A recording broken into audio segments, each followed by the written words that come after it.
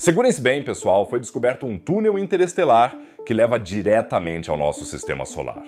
Como assim? Pesquisadores têm uma hipótese sobre o que pode ser esse misterioso corredor galáctico, e isso é realmente fascinante. Fiquem ligados para saber tudo sobre o novo túnel de teto. Bem-vindos, pessoal!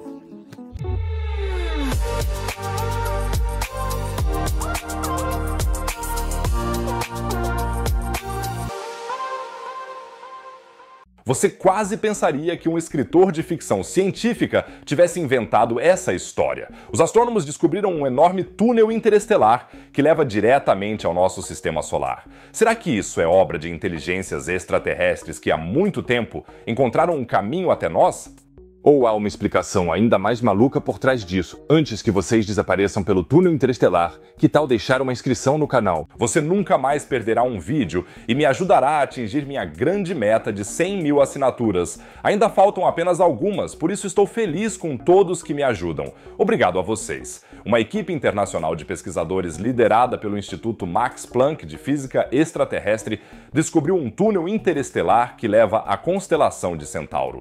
Os cientistas se depararam com essa estrutura fascinante enquanto analisavam dados de um telescópio espacial e não tinham ideia do que poderia ser esse atalho cósmico. A existência de tal túnel era completamente desconhecida até então. O Dr. Michael Freiberg, coautor do estudo, explica: não sabíamos nada sobre a existência de um túnel interestelar em direção a Centauros que corta uma lacuna no meio interestelar mais frio. A grande questão agora é, claro, o que esse túnel poderia ser. Túneis interestelares, a gente logo pensa em buracos de minhoca. Você pode ver as conexões teóricas no espaço-tempo que são frequentemente discutidas na física. A propósito, sinta-se à vontade para escrever nos comentários para qual destino no universo você mais gostaria de ir se pudesse viajar por um buraco de minhoca. Próxima Centauri, Andrômeda, o Big Bang. Estou super curioso sobre os destinos de vocês, mas esse túnel não parece ser um buraco de minhoca, e não é nada teórico.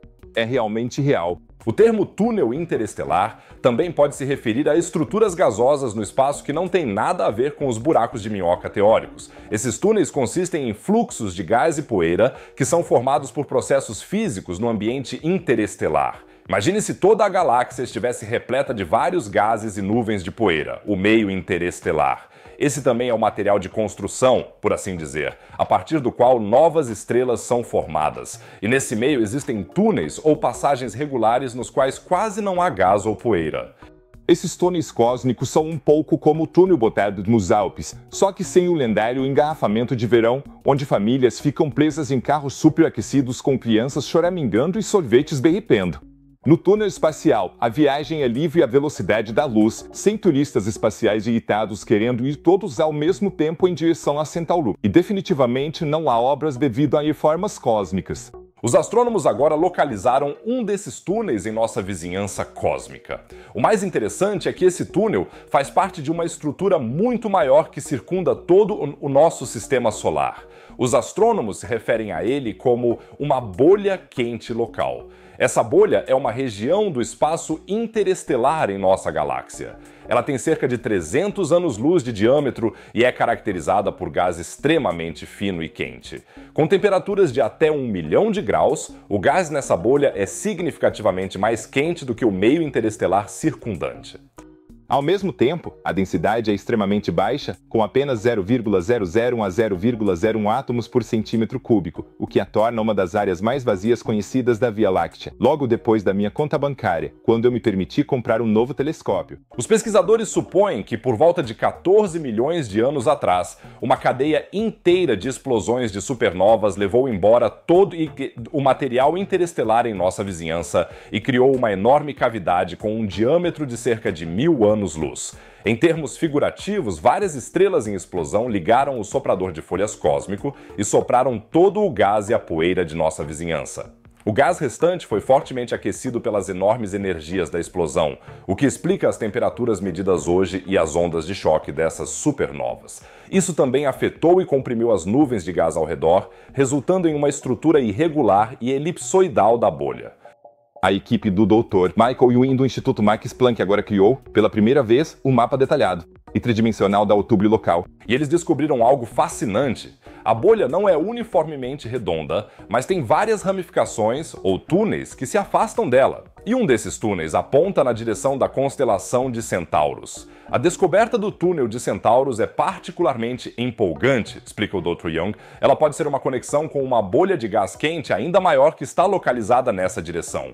Os pesquisadores se referem a isso como a chamada superbolha. Imagine se várias dessas bolhas de gás quente estivessem conectadas umas às outras por túneis, quase como um gigantesco sistema ferroviário cósmico subterrâneo.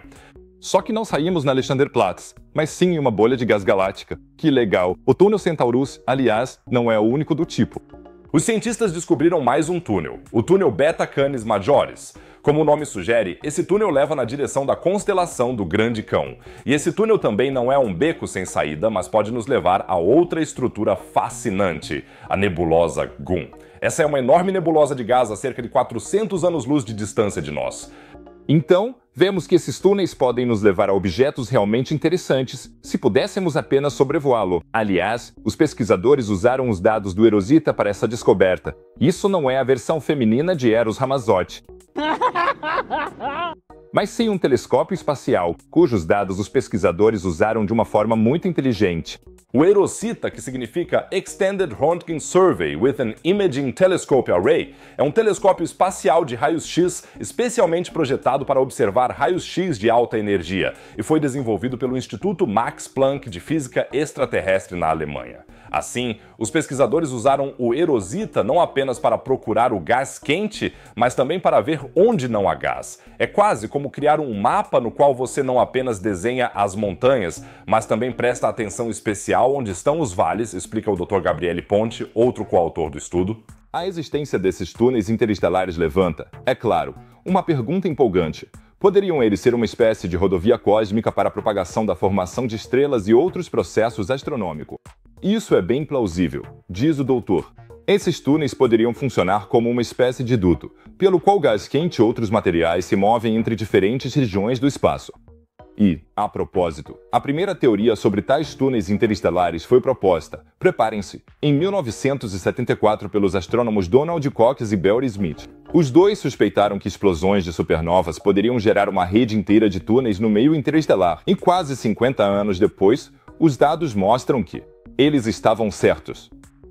Isso mostra mais uma vez como a pesquisa de longo prazo é importante e que devemos investir em projetos. Mesmo que hoje não tenhamos sucesso, no futuro sempre pode surgir algo. Especialmente interessante é, aliás, a distribuição de temperatura na bolha quente local.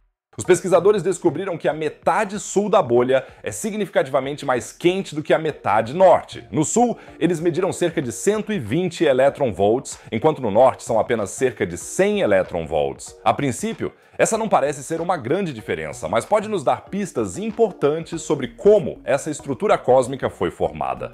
É possível que tenha havido mais explosões de supernovas no hemisfério sul nos últimos tempos, o que aqueceu ainda mais o gás. E um outro aspecto fascinante é a forma da Hot Bubble. Isso ocorre porque ele é significativamente menos extenso na direção do plano galáctico, ou seja, onde a maioria das estrelas da Via Láctea está localizada. Isso provavelmente se deve ao fato de que o meio mais denso no plano galáctico impediu a expansão da bolha quente. Em outras palavras, a bolha quente local se expandiu principalmente para cima e para baixo, para fora do plano galáctico.